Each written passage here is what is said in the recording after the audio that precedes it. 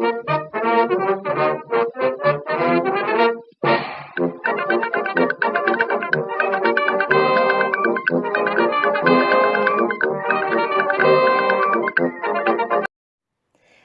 everyone, welcome to another video. This is a special video today. We're marking Earth Day 2017, and you might have seen in the news there's also a March for Science going on today. Lots of people rising up to combat the anti-science, anti-intellectualism movement and to really press our politicians to go for more evidence-based policies that benefit everyone, especially, and not forgetting, the Earth. I did attend the march down here where I'm at, and you see here I even got to meet Flat Marco Rubio. Flat Marco Rubio is very, very much with the Earth, as you can see. So I figure in honor of Earth Day and in honor of the March for Science, I would go ahead and give you guys my top picks for science books. Okay guys, getting started with books 1 to 3, they're all by the same author. He is probably my favorite science writer of all time, Togo Wand. He's published multiple books, his first one being Complications, followed by Better. But my top 3 for him has to include, and probably my most favorite book by him is Being Mortal. It is his most recent book, and it talks a lot about end-of-life care in the United States and around the world, and where we've kind of fall short, where we need to really work on things, not just for senior citizens at the end of their life, people in nursing homes, but people dying of cancer and dealing with cancer, whether or not they're dying. It was an incredible read. I wanted to send copies of it to all my friends, and it really addresses a lot of stuff, things that, especially in the United States, we're afraid to discuss, and it's kind of taboo. But he did a great job with it. I highly recommend it. His other 2 books, it's been a while since I've read them, actually. I may actually go back. Better is about a surgeon's notes on performance. So he looks at, people who work on improving like hand hygiene and hospital performance and patient safety and things like that. And Complications, he really talks about, we regard medicine as a science, but really there's a lot of quote-unquote soft stuff in there, the art of relating to a patient, the art of being able to do judgment calls and follow your gut, and sometimes things happen, you have complications, and he really addresses all of that really, really well. Like I said, he's probably my favorite science author, and you could pick up any of his books and enjoy them, so definitely highly recommended. So number 1 through 3 on my list, Togo Wand. Okay guys, next book on the list, Dead Men Do Tell Tales by William R. Maples. He is a forensic anthropologist. I should say was a forensic anthropologist. I actually read this book when I was in high school, and I remember distinctly I was the first person to ever borrow the book. And I was so impressed by the story, I actually wanted to be a forensic anthropologist for a long while because of reading this book. And I went to write Dr. Maples a letter, and it turned out he had already died. So that kind of sucked, but yeah, so he's a forensic anthropologist, and he, in this book, really revisits his training and, becoming a forensic anthropologist and some of his more interesting cases. He includes talking about investigating Francisco Pizarro, the conquistador, helping with Vietnam MIA identification, as well as looking at the deaths of President Zachary Taylor and the family of Tsar Nicholas II. The one story I remember from this book, and I still remember it, I still find it hilarious. He was talking about taking some of his students on an investigation, and one of the remains was a woman who had had breast implants, and obviously she decayed, and the breast implants were still there. And the one student was like, how did a jellyfish get this far inland? Like, she had no idea it was a breast implant. So yeah, that stuck with me. And it was, really interesting to read and learn about all the information that you can really glean from the bones of a person and the remains of a person. It has stuck with me, like I said, since high school, and I do really recommend it if you're interested in forensic science, if you're interested in, an area of medicine where maybe you don't have to go to medical school. Forensic anthropology is a good route, and this is a great starter book. Okay, number 5 on the list, Stiff, The Curious Lives of Human Cadavers by Mary Roach. This is another book. It stuck with me for a while. I actually read it in my Death and Dying course in undergrad. And, we only had to read certain chapters in the course, but I ended up going back buying the book, reading the entire thing. I would say this is probably Mary Roach's best book. She is a science writer. She's written books about other topics, including the GI system and ghosts. It's called Spook, and her other book is called Bonk, Bonk or Boink, about the science of sex. Like I said, Stiff is probably her best book, and it really looks at all the things that can happen to a person after they die and how the cadaver can be put to use after they die. In one instance, you can, compress cremains down into a diamond.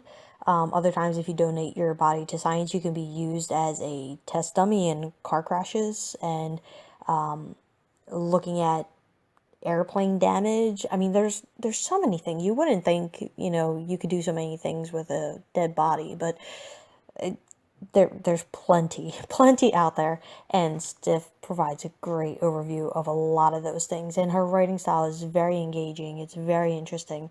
It's broken down into chapters by, different topics, obviously, but the way she formats it makes sense. So definitely highly recommended. Number 6, The Mummy Congress by Heather Pringle. This is one of the books I read when I was on my forensic anthropology kick, following Dead Men Do Tell Tales, and this one looks obviously at mummies, but it looks all over the world, across the different continents, researching back 7,000 years, looking at different ways that mummies are used for personal, professional, religious gains. Mummies that have been venerated as saints and fought over by politicians and used in studies to look at drug use in ancient civilizations. It draws on multiple disciplines, many different specialists, many of whom get together on an annual or biannual basis in the actual Mummy Congress to get together to discuss their research and everything they're doing. It's been a while since it's been published. It actually came out in 2001, and I read it when it came out, but it's one of those books, like, I found it when I was moving back from college, and I didn't want to donate it. Like, I wanted to keep it for my personal collection. That's how good it was and how interesting it was.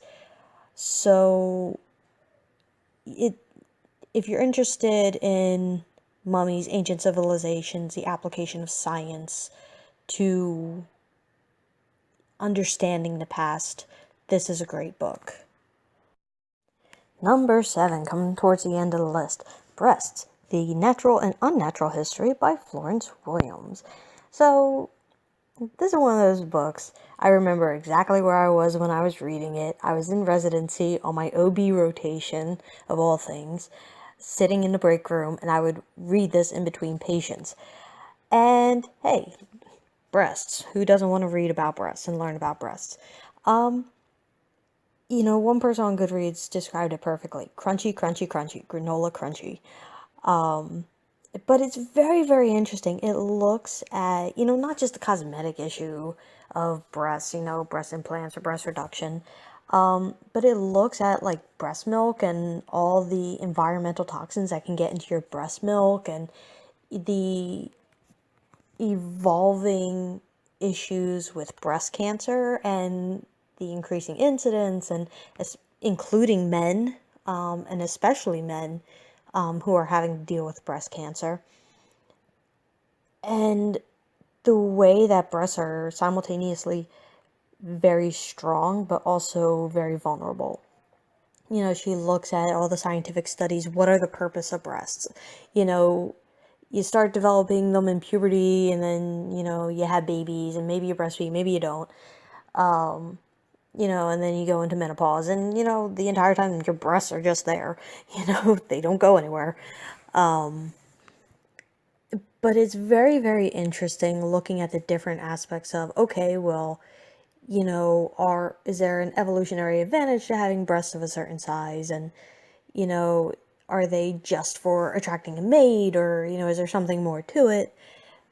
And it's a weird book. I'll say that much. It's a weird book. It's good. It's interesting. It's got lots of great information. It's very, very well researched, very thorough, very crunchy, at times very feminist, which there's nothing wrong with that, but, just it's there. And it's worth a read. It is definitely worth a read. I mean, for nothing else, it's about boobs. Come on. That's great. That's awesome. With all the movements out there for breast cancer research and Save the Tatas and all that, you gotta love your ladies. So, definitely a good book to read. Yeah, definitely. Okay. I'm done talking about this book now. Moving on to number 8, On the Beach by Neville Shute. This is the last book on my list, and probably one of my favorite books ever, like, of any topic. It was written back in the 50s, and the movie adaptation had Fred Astaire, Ava Gardner, and Gregory Peck in it, and it really looks at the end of the world after a nuclear fallout. Like, the nuclearized countries finally bit the bullet, hit the buttons, sent the rockets off, and they destroyed the entire world, essentially. And there's a radioactive cloud moving over the earth, and Australia's going to be the last to get hit by it. So the people there in Australia are really, living on borrowed time, and, the end is coming. Like, literally, the end is now officially coming. And they have to figure out, if nothing else, how am I going to die? Like, am I going to go down with radiation sickness? Am I going to commit suicide? Am I going to sleep around? Am I going to bother using birth control? What does it matter? I'm going to die anyway. Okay, no, they don't directly address birth control, but you get the idea. Everyone's kind of deciding how are they going to live out their final days. And really looking at the philosophical, as well as the practical of what just happened.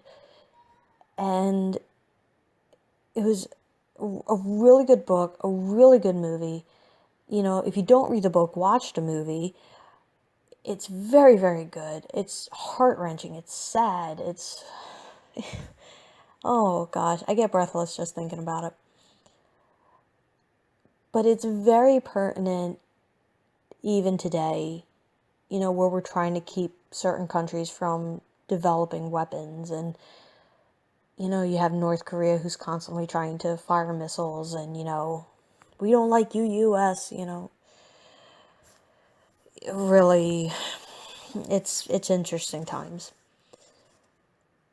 So the book is still very pertinent today, and it's a warning against really taking that extra step and being, fine, I'm going to use my weapon. It's a cautionary tale, and it's a warning against just, taking that final step, because it really is kind of a final step once you hit that button. So definitely worth reading. And so, kids, that's the end of my list, my top recommended science-related books. If you are at the march today in DC or in any of the cities, thank you for your support of the scientific community.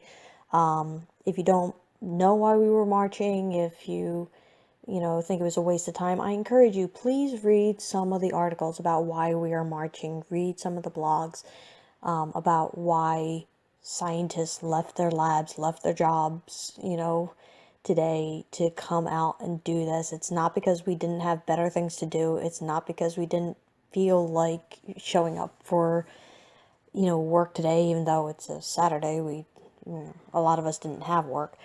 But, really, please, I encourage you, dig deep to see why we felt the need to come out into the streets and really demonstrate. In the meantime, if you have any suggestions for what books you think should be on this list, what science books do you recommend? Which books have you read that you really enjoyed, changed your life, you want to share with the world? Hit the comments, hit like, and subscribe to this channel if you want to see more videos like this. And until next time, my fellow scientists, keep marching, my nasty women and bad hombres out there, keep it up. Keep it up. Just keep doing what you're doing, and I'll see you guys later.